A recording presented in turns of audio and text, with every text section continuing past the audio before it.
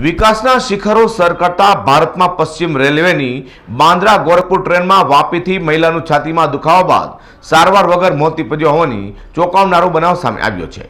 વહેલી સવારે 5 કલાકે બનેલી આ ઘટના બાદ સુરતના ભેસ્તાન રેલવે સ્ટેશન પર ટ્રેને સ્ટોપેજ આપી 108માં સારવાર માટે સિવિલ લઈ આવતા આ ડોક્ટરે મીરાબેન માળી નામની મહિલાને મૃત જાહેર કરતા પરિવારમાં શોકમાં ગરકાવ થઈ જવા પામ્યો છે।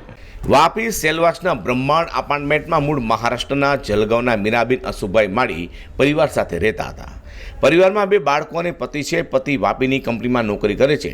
લોકડાઉન બાદ પહેલીવાર 10 દિવસ માટે વતન જવાનું આયોજન કર્યું હતું, જેથી બાંદ્રા ગોરખપુર ટ્રેનમાં રિઝર્વેશનમાં S4 કોચમાં ટિકિટ બુકિંગ કરી હતી।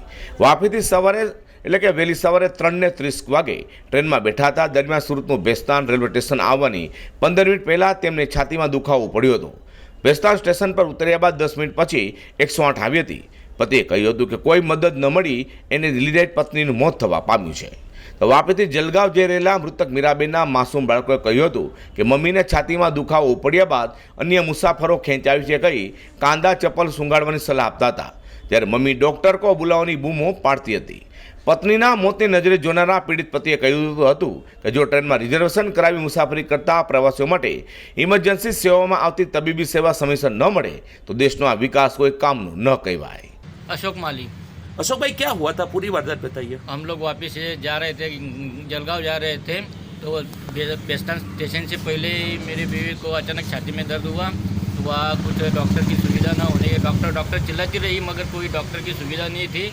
तो फिर बाद में कुछ देर बाद वो टीटी बोला कि अभी बेस्तान आएगा, उसके बाद मैं एम्बुलेंस की व्यवस्था किया है, एम्बुलेंस आएगा स्टेशन पर। लेकिन हम लोग उतरे, कैसे कैसे उतरे, उसको लेके उतरे और उसके बाद 10 मिनट के बाद एम्बुलेंस आई और मृत घोषित कर दिया उसको। ट्रेन में जो साथी मुसाफिर थे वो क्या बोल रहे थे आपको? वो सलाह दे रहे थे मिर्गी है, उसको प्याज सूंघाओ, चप्पल सूंघाओ, जूता सूंघाओ, उससे ठीक हो जाएगा। आप कहाँ से कहाँ जा रहे थे? मैं जा रहा था वापिस से जलगांव। સુરત નવી સિવિલ હોસ્પિટલના ડોક્ટર દિનેશ મંડલે જણાવ્યું હતું કે હૃદય રોગના હુમલાની શક્યતા છે, જોકે હિસ્ટોપેથોના સેમ્પલ લેબમાં મોકલવામાં આવ્યા છે। રિપોર્ટ આવ્યા બાદ મોતનું સાચું કારણ જાણી શકાશે। ફઝર કુરેશી સાથે પ્રકાશવાળા G20 ન્યૂઝ।